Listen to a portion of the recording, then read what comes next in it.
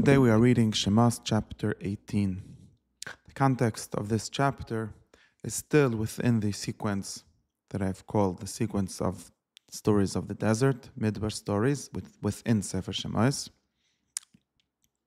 As the story here makes clear that Yisrael came to the Midbar. So that's the location in which Moshe is now. But it's important because this is not always the way in which it's described, the place where they were. So it seems to be important that he is coming to the Midbar, and also another word that we have that he is coming to is Har HaElohim. He comes to the mountain of God. This is the mountain that we already mentioned in Parshas Shemos, in the context of Yisrael, in the context of Midian, where Moshe came to Har Elohim Charevo. Here it doesn't have its proper name, Charev, but just called Har Elohim. And it's important because although we know this as maybe the Har Elohim because of the story in the next chapter, which is the story of Mamad Har Sinai, over here it's Har Elohim because it's a divine mountain. It's where he meets the divine, as we'll see also in this story. There is a concept over here of Lecha Lechem Lefnei Elohim. Yisrael sacrifices before the God, and that must mean something like before the mountain where God is set to rest, or something like that. So he's coming to the Midbar, and he's coming to the Midbar, the place where Moshe is choyne, resting, or really we should say camping. There's the concept of a military camp, like he's in a camp here, and where there is also some kind of divine presence, some kind of place where God is, and he is coming to that. Okay. So that's regarding the location of the story in the book and of the location of the story in geography. The next story, of course, in the book is the story of Mamad Har Sinai, and I think there's a lot of relation between this story and the next story, and this has to do with what we'll discuss as the purpose of this story. This story has 2 or 3 purposes. The first purpose is the most explicit one, as it begins with and relates to the story of Yetzias Mitzrayim, which was just finished, and is even more particularly to the Shirat Hayam, which we've just had at the end of the story of Yetzias Mitzrayim. And in the Shirat Hayam, it said, Shamu Ami Mirgozen Chil Achazesh Ve'Peloshes, long sentences about how all the nations around became afraid, feared the power of this people going out of Mitzrayim now that they've won over the Egyptians in the Yam Suf. And this is a point quite important to the stories here. We see them later also in Sefer Yeshua, stories of Rechav and so on. It's important for the Torah to tell us how all the nations around were afraid, and this is probably somewhat something of the point of the great miracles, the great victories of Kriyas Yam Suf, in order that they should be afraid of them, and they therefore should allow the Bnei Yisrael to do what they want to do. So that's one point. There's also a slightly deeper point in this point, slightly more, we could say, intellectual or spiritual or theological point in that, which is that Yisrael is not only a military leader, he seems to have been have military leadership, or at least some kind of knowledge of the territory, as we see in Parshas Ba'alois, that Moshe asked him that he knows, which means something like, you know how we encamp in the Midbar. He's lived around the desert. He must have known how to navigate in that territory. And Moshe asked him to help them, to be their guide. So he must have had that also. Besides that, he is Kohen Midian. He's the priest of Midian. So he's considered some kind of theological authority. He has some knowledge of how to access the divine, and how to maybe even also organize people around the divine, as we'll see. He seems to give Moshe advice relative to this. So this is also important because the Torah, as we see very explicitly in the stories of Parah and Yetzias Mitzrayim, wants not only to have the nations be afraid of the military prowess of the Jewish people, but also to admit to the primacy, to the superiority of their God over the other gods. Ki Godel Hashem Mikol Elohim. This is the language that Yisrael says, and this is what was explicitly wanted from Parah and from all the stories of Yetzias Mitzrayim. We do not entirely get this out of the mouth of Parah. We do get a little bit of admission, Hashem Atzadik and Hashem Nilcham Them Mitzrayim and so on, but we do not get Mitzrayim themselves to admit that Hashem is greater than their gods. But Yisro, he stands in for this. Of course, there's no point in us saying that our God is greater than all gods. Of course, we say that it's important to have the people that worship the other gods, or the people that are some kind of experts on the divine, to say that. And Yisro is the representative of this point. He's the outside priest that knows how gods work and so on. And he is seeing from the story of Yetzias Mitzrayim that our God, Hashem, is greater than the other gods. So that's another very important aspect of this first part of the story. The second purpose of the story is really the second half of the story, which is the story of Yisro, telling Moshe to organize the Surah Alafim, Surah Me'es, and so on. There's all these levels of Surah means something like princes or elites, generals, leaders, and creating a hierarchy of intermediaries between Moshe, who has direct access to God, and all the people around him. And this is a very important purpose, and I think we'll see also in the story of Matan Torah itself, as well as in some later stories again. In other ways, it's important to have a source for the authority of the hierarchy, and specifically of the intermediate levels of the hierarchy, right? Because in some sense, everyone agrees that if God comes and tells you something, or if God has a prophet that directly speaks in his name, he has the authority, and we should ask him for advice, we should follow his laws, and so on. But that's not really enough at all to create a community, create a nation, if you want. In order to create a functioning community, there needs to be also all these levels of intermediate power. And this is, as it's presented here, the reason for this is at least primarily because it's not possible, both from the side of the leader and on the side of the people, to be directly led all the time from this chief, like highest authority who has direct access to the truth or direct access to God. It's too much work. And we can understand this also not only in the sense that Moshe will be tired, but also in the sense that people need some kind of structure, people need some kind of set rules to look forward to be able to rely on. It's hard if it's like every day we're going to do whatever God tells us today. That's a way in which it's very hard to create continuity and community and structures that people can take for granted. So we need this. Now the problem is that there's always a problem of authority for that, because the authority of the God or a direct prophet is obvious. On the other hand, if everyone just wants to do whatever is correct in their eyes, that's also obvious. This intermediate thing is not obvious, because you want some hierarchy, some set of rules, some set of people who are in charge of those rules, and you do want them to have authority. They shouldn't be seen just as, just whoever is the strongest guy in this block today. You want him to have the divine authority, but the divine authority is the one that has directly. So there's many stories that describe the delegation of divine authority to these intermediate levels. There's the story here, there's a story in Ba'al Yischa, there's a story in Matan Torah itself, and more than once discusses this point, and it's an important need. And here it's presented as this advice that Yisro gave to Moshe, because otherwise both him and the people, Novel Tibol, would wither away, would get tired, they would not survive it. And this is, of course, where the second half of the story really connects to the coming story. So the first half of the story, which is Yisro being impressed by the story of Yetzias Mitzrayim and admitting that Hashem is greater than the other gods, relates to what's past, to the story of Yetzias Mitzrayim where we're coming from. Second half of the story, where Yisro gives the advice for creating all this hierarchy, is connecting with the future, the coming story, which is the story of Matan Torah and the story of Ela Mishpatim, which involves creating judges and so on.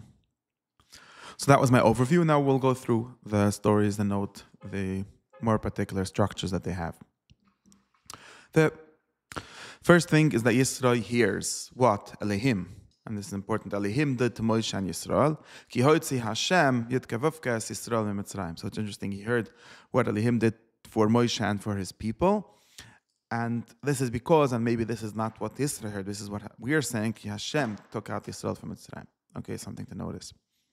So what does he do? Since he heard this, he takes Tzipora, Moshe's wife, who was sent away. Of course, this is a note to answer our question. What do you mean? If Tzipora is his wife, why is she with him? Apparently, although we learned that Moshe took his wife and children on the donkey when he took them from Midian back to Mitzrayim, at some point he sent her away. Shiluchim usually, and specifically between a man and a wife, means divorce. And we don't have the source for this, but we understand. In other words, it's not written in the Torah, but we understand that Moshe and Tzipora were divorced. but maybe it's not like an official divorce in the sense that why is he bringing her back?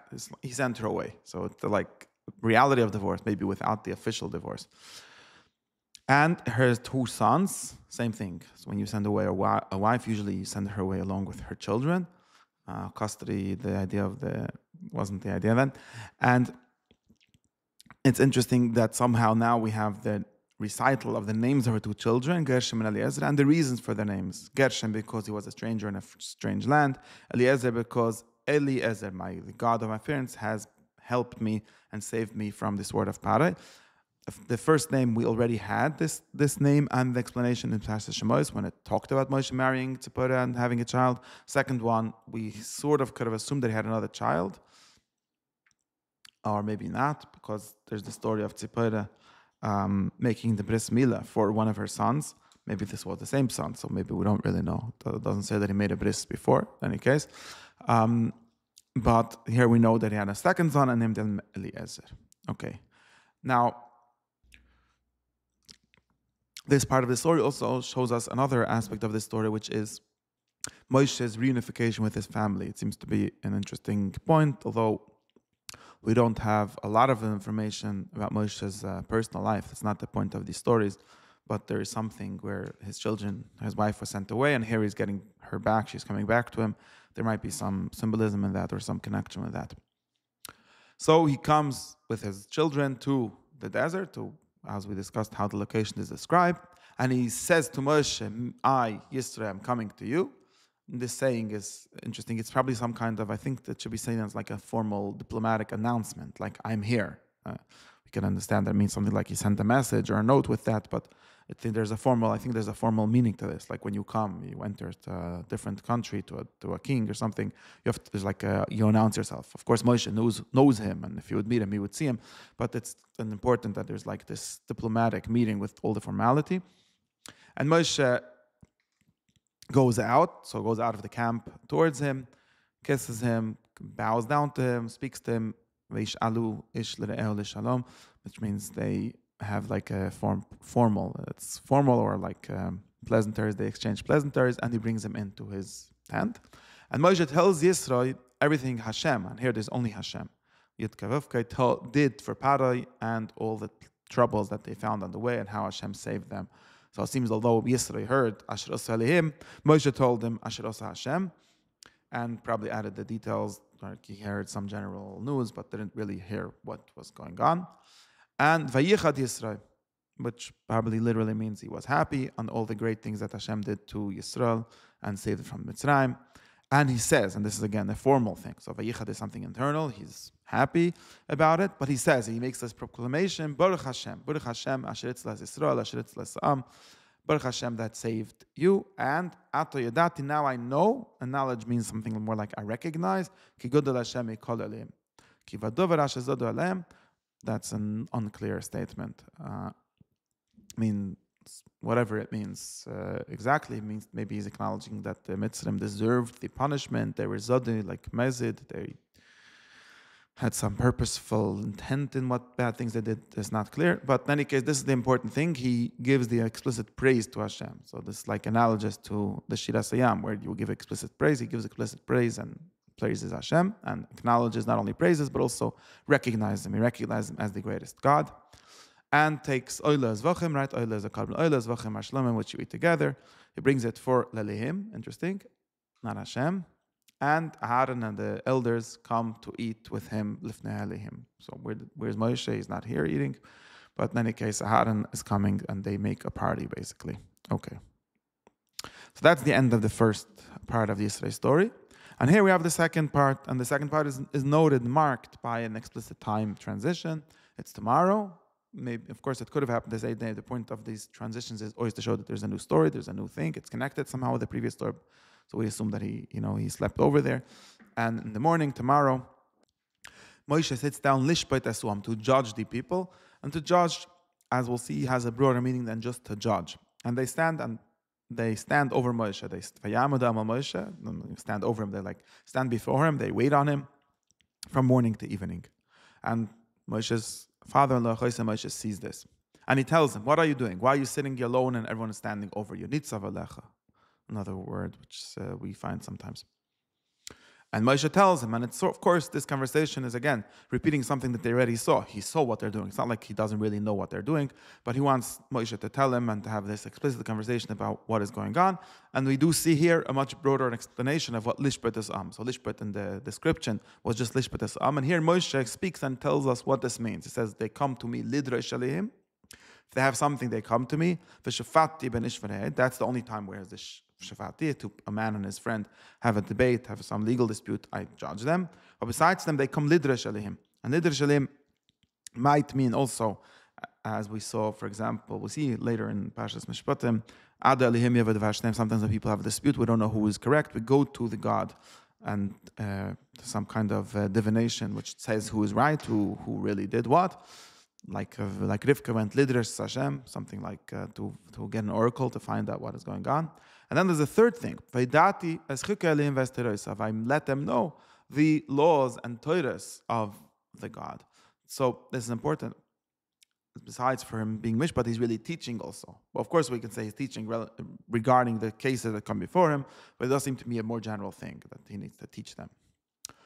And Choshen Moshe, now you'll see that he didn't stops being called Israel. He's only called Choshen Moshe.